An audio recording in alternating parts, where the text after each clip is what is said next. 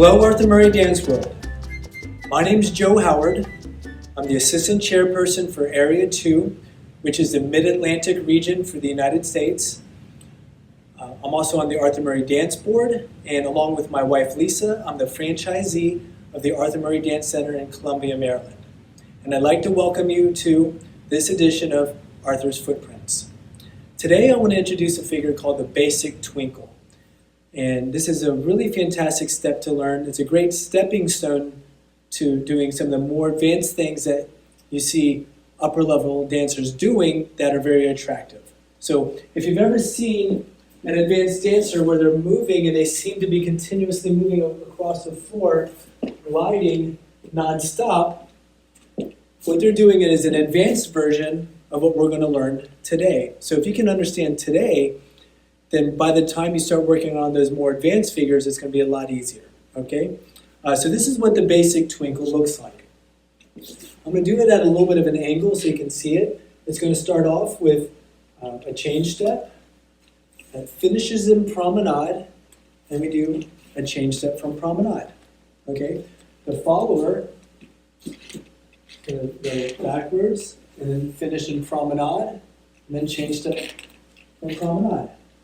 Okay, so what's really nice about this step is if you're in a crowd and you're dancing and someone's in your way right here, it's a great way to change direction and step to a spot that's more open.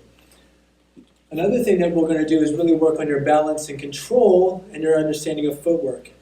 And the most important skill is you're learning how to turn to promenade within a pattern. And if you can learn how to turn to promenade within the pattern, then you can do it with some more advanced patterns later on, okay? So before we talk about the Basic Twinkle, I just want to go back to talk about some things you learned in Bronze 1, which will make learning the Basic Twinkle a lot more simple. This is going to be my dance partner today if I need a partner, right? But first I'm going to just talk a little bit about promenade position, okay?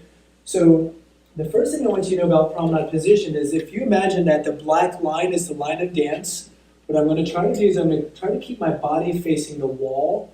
Okay, so there's a wall over there. This is the line of dance, and behind me is the center of the room. And I would dance down the line of dance this way. With my dance frame, I would try to keep my frame parallel with the line of dance. Okay, and what I'm going to do is I'm going to turn my feet about 1/8 of a turn, and my head about 1/4 of a turn to the left. Okay, so now I'm in promenade position. I'll show you what that looks like from the front, okay? So now my mop is pointed down line of dance. My frame is parallel to the line of dance. My feet will turn, and my head will turn into promenade position. So this is a promenade position. You really want to practice being able to stay here and keep your dance position facing your partner, okay? From the follower's perspective, it's the natural opposite, okay? The follower is going to turn their feet to the right, about 1/8 of a turn. They're going to turn their head to the right 1/4 of a turn, and we're going to keep our frame facing our partner, okay? And then from this perspective, you can see the angle of the feet. My frame is facing the line of dance, and I'm looking down line of dance, okay? So this is promenade position. I'm going to give you one little tool to help you visualize it. Okay? So this little green band, you'll see how it's at an angle to the black line. So that's basically the angle that my feet are pointed at when I'm in promenade, but my dance position is facing my partner. Okay? Cool. So now we're going to do a figure called promenade hesitation, which I think you should be familiar with. This is what it looks like. We're going to take, starting in closed position, we're going to take a side step. And at the end of the side step, notice I've stepped into promenade position. So my left foot is at that angle. My dance position is facing my partner. We're both facing this way. When I take that step, we're going to balance for 3 counts. 1, 2, 3. And then the second half of the pattern is called a change step from promenade. So I'm going to go forward with my right foot, forward, side, together. The important thing I want you to notice is on the change step from promenade. As I take my side step for the hesitation, 1, 2, 3.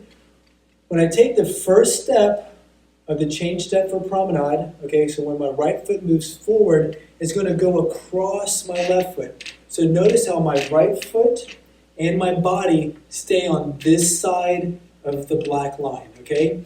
So sometimes you're not going to be flexible enough, you're uncomfortable, you might step over here, and if you do that, you're going to step on your partner.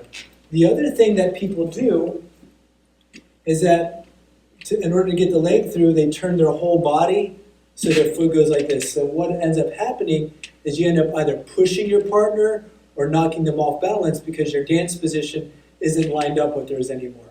And the last thing that you want to do, whether you're the leader or the follower, is knock your other partner off balance. So this is why it's really important in Bronze 1 to practice this skill of balancing and holding your promenade position and taking this step, the change step from promenade, without changing your dance position. So this is step 1, then 2 is to the side, and 3, I face my partner, okay? And then from the follower's perspective, let me change my line there, okay? We're dancing in closed position. We step side into promenade, okay? And then notice I haven't turned my dance position away from my partner. My right foot is pointed at the angle. I'm looking down the line of dance. And then my left foot goes across myself, okay? So it's very important that my left foot didn't step on my partner, okay? It stayed on this side of the line, okay? And then I'm going to go right foot to the side, left foot together, okay? So I'll demonstrate that one more time. So we have 1, 2, 3, then 1, 2, 3. So promenade hesitation, and then change step from promenade. The next thing that I want you to do is we're going to talk about the forward change step. So in the forward change step, when you take the second step, it's very important that you just use the toe of the foot you're moving onto. So you can kind of see my foot here. As I bring my feet together and I change weight, I'm not going to put down the heel of the foot of the foot that took the second step. So 1, 2, and I'm only going to lower on the left foot. So it's pretty common for new dancers, they want to feel comfortable and balanced, that when they put their feet together, they lower and they stand on both feet. The problem with standing on both feet is that you have to think what step is next. And if you think about what step's next, you're likely going to be too late or make some sort of mistake. However, if I'm only standing on the left foot, and I have no choice but to only move my right foot whichever direction I decide to go. So I'll give you this perspective. So from the leader, if I'm going to go like this, 1, 2, notice I don't put down the heel of the right foot. 2, and I only lower on the left foot. 3, okay? And from the follower's perspective, it's the natural opposite. 1, 2, don't put down the left heel, lower only on the right foot. 3. Okay? So if that's a skill that you've worked on in Bronze 1, or if you haven't, you should start working on that, making sure you're not lowering onto both feet, only lower onto one foot. If you can do the promenade hesitation and the change step from promenade, and you can do the forward change step and make sure you only change weight and lower on one foot, then learning the basic twinkle is going to be a piece of cake. All right? There's only one thing that we have to do to add to learn the basic twinkle. And let me explain what that is. Okay? So what's going to happen is I'm going to do basically a change step, except for my second step, I'm definitely going to take a little bit forward. It's going to be side and a little bit forward. Okay? And this is going to be the part that we're going to practice, where we're going to learn how to do the basic twinkle. As I change weight to my right foot, and as I bring my left foot together, both feet are going to turn to promenade. 1, 2, right?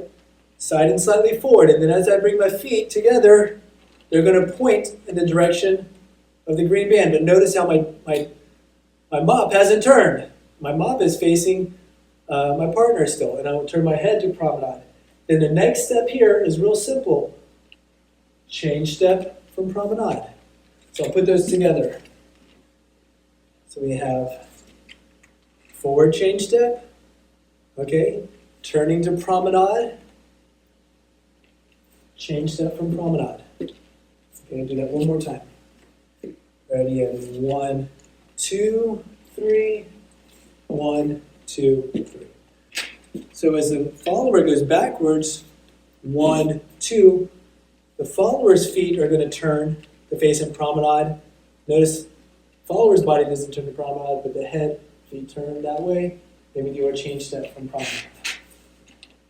Important thing that you want to make sure you practice, because this is going to be the mistake that almost everybody makes, is that when they bring their feet together, right, they're going to lower on both feet and they're going to be tempted to step with your left foot. They're tempted to step with your left foot because every leader is used to going like this, promenade hesitation, forward side together. They're used to moving their left foot first when they're moving in the leftward direction, okay? So that's why I emphasize that when they bring their feet together, they change weight and they only lower on one foot. So now this right foot can go forward and across in promenade, left foot side together. And then of course the follower is going to make the same mistake. Okay, so most followers, the first time they do this, they're going to lower, stand on both feet, and then move the right foot, and it's going to be all off. Okay, so what we want to make sure that we do as a follower, so we bring the feet together, we lower only on the right foot, and then the left foot goes across, side together. Okay?